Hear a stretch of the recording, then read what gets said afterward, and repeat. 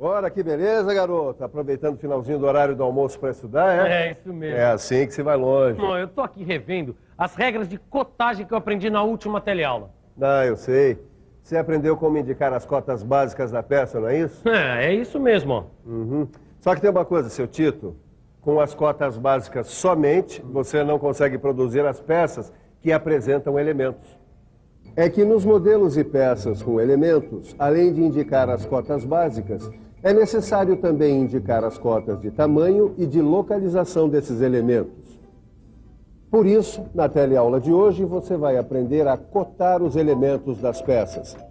Vai saber que as cotas de tamanho referem-se às medidas do elemento necessárias à execução da peça e que as cotas de localização indicam a posição do elemento na peça ou posição do elemento em relação a outro, tomado como referência. Viu só como não dá pra perder a teleaula de hoje? Então não saia daí, porque a gente volta já já.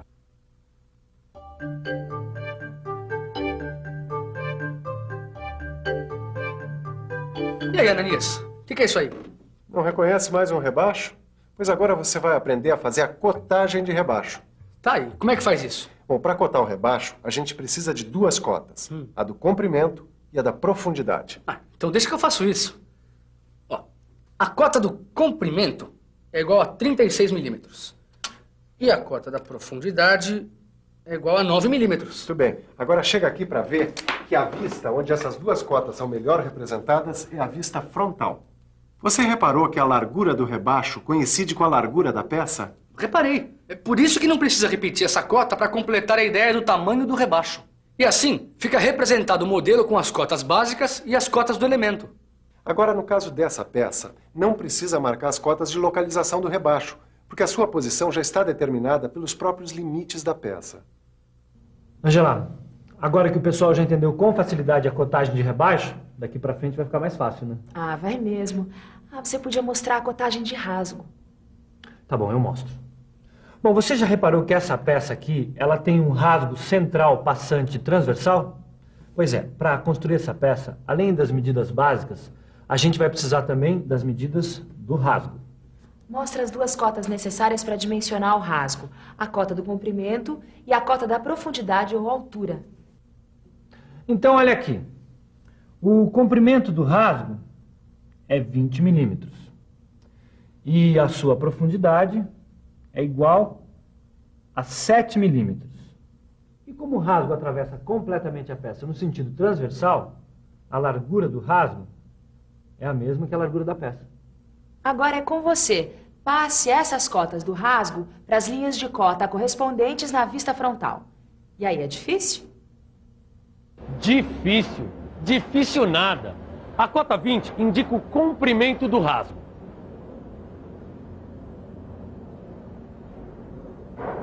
E a cota 7, a profundidade.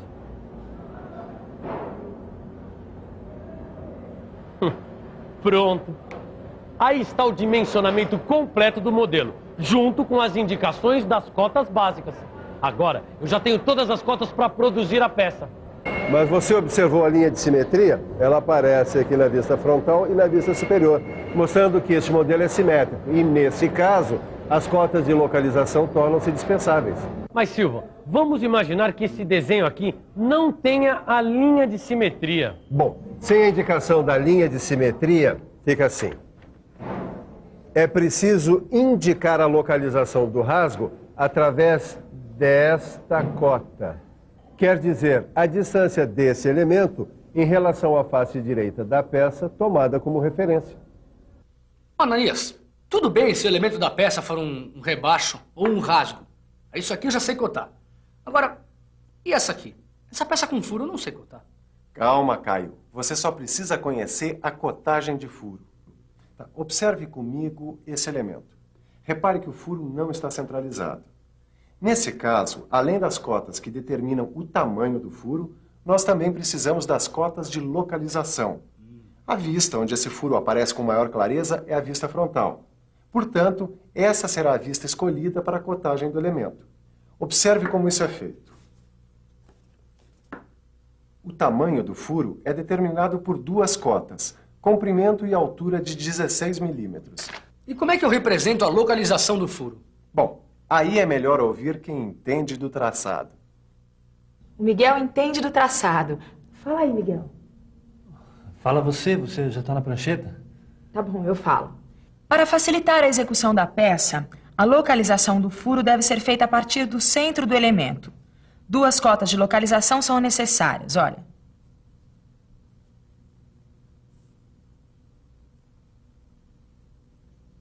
(15)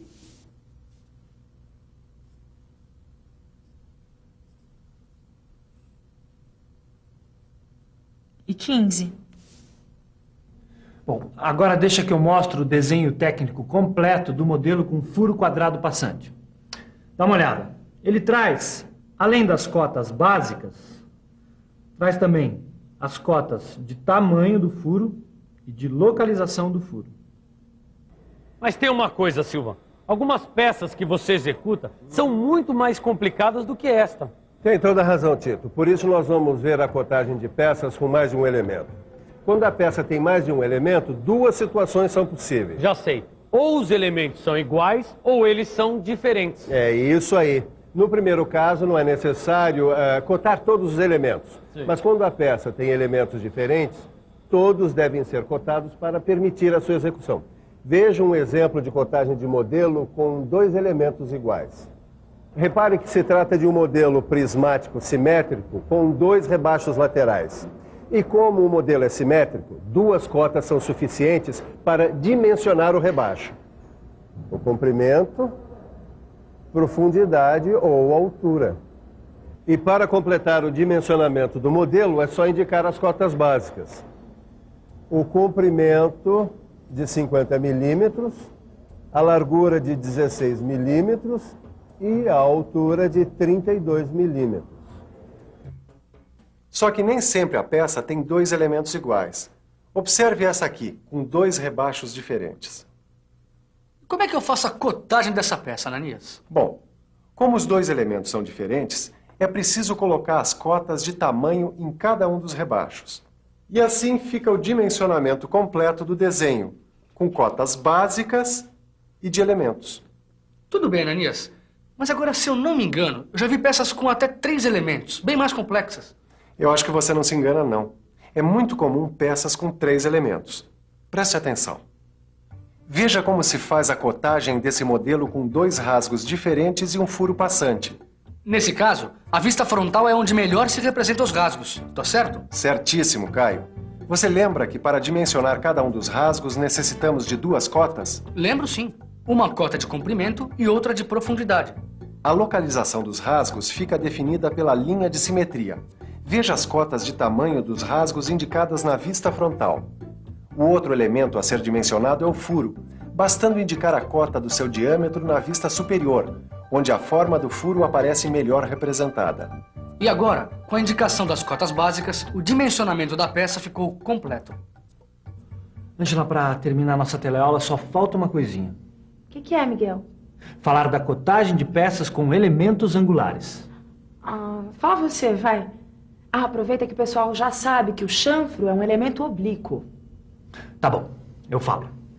Muitas peças apresentam partes chanfradas que servem para quebrar os cantos vivos. O chanfro é obtido pelo corte da aresta de 2 superfícies que se encontram.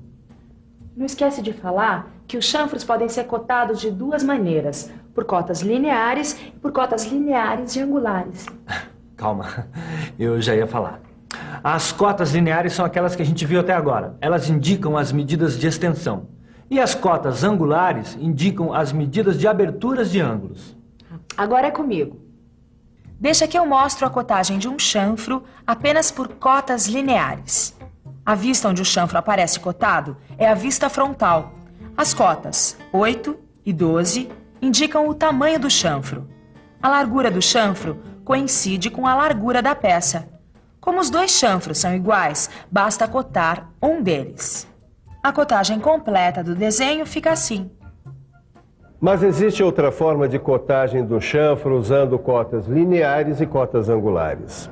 Como neste caso os 2 chanfros são diferentes, cada um deve ser cotado separadamente. Agora, repare que no chanfro da esquerda, O tamanho ficou determinado por uma cota linear 7 e uma cota angular 25 graus.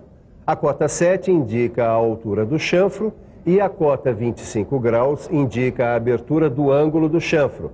Nos dois casos, a largura do chanfro coincide com a largura da peça.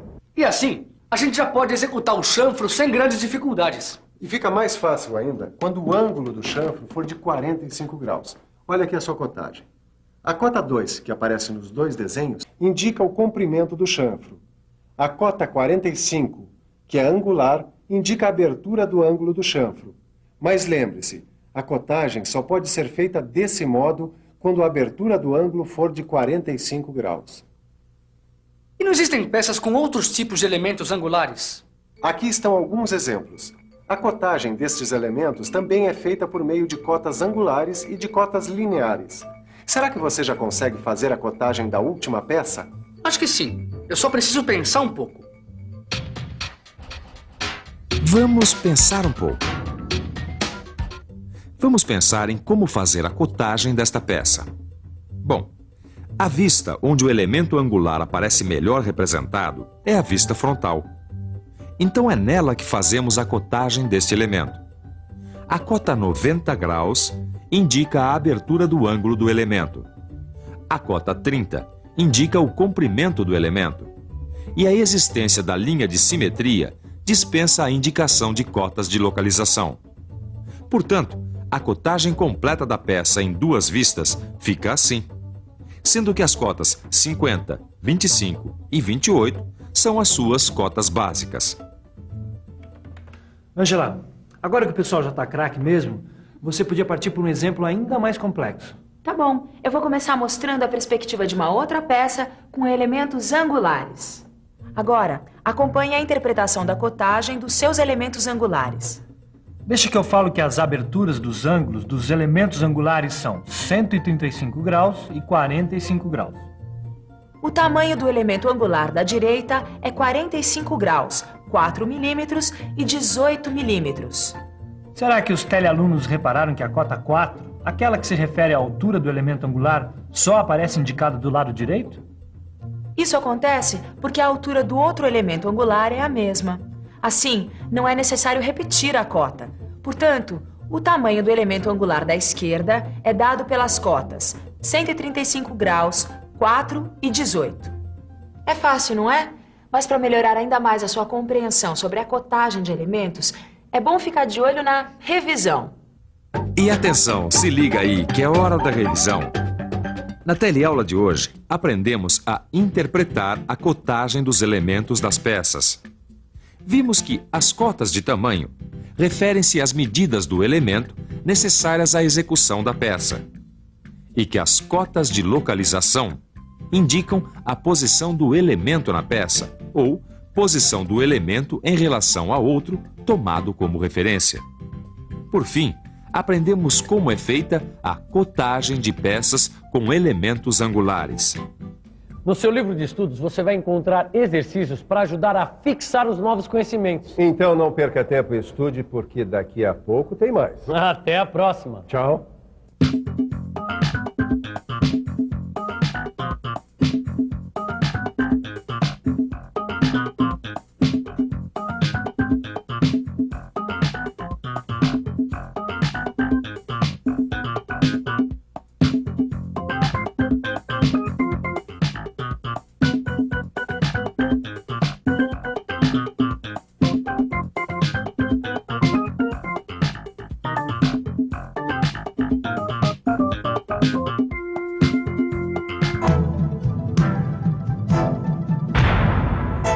Telecurso 2000, um programa de educação do Sistema Fiesp e da Fundação Roberto Marinho.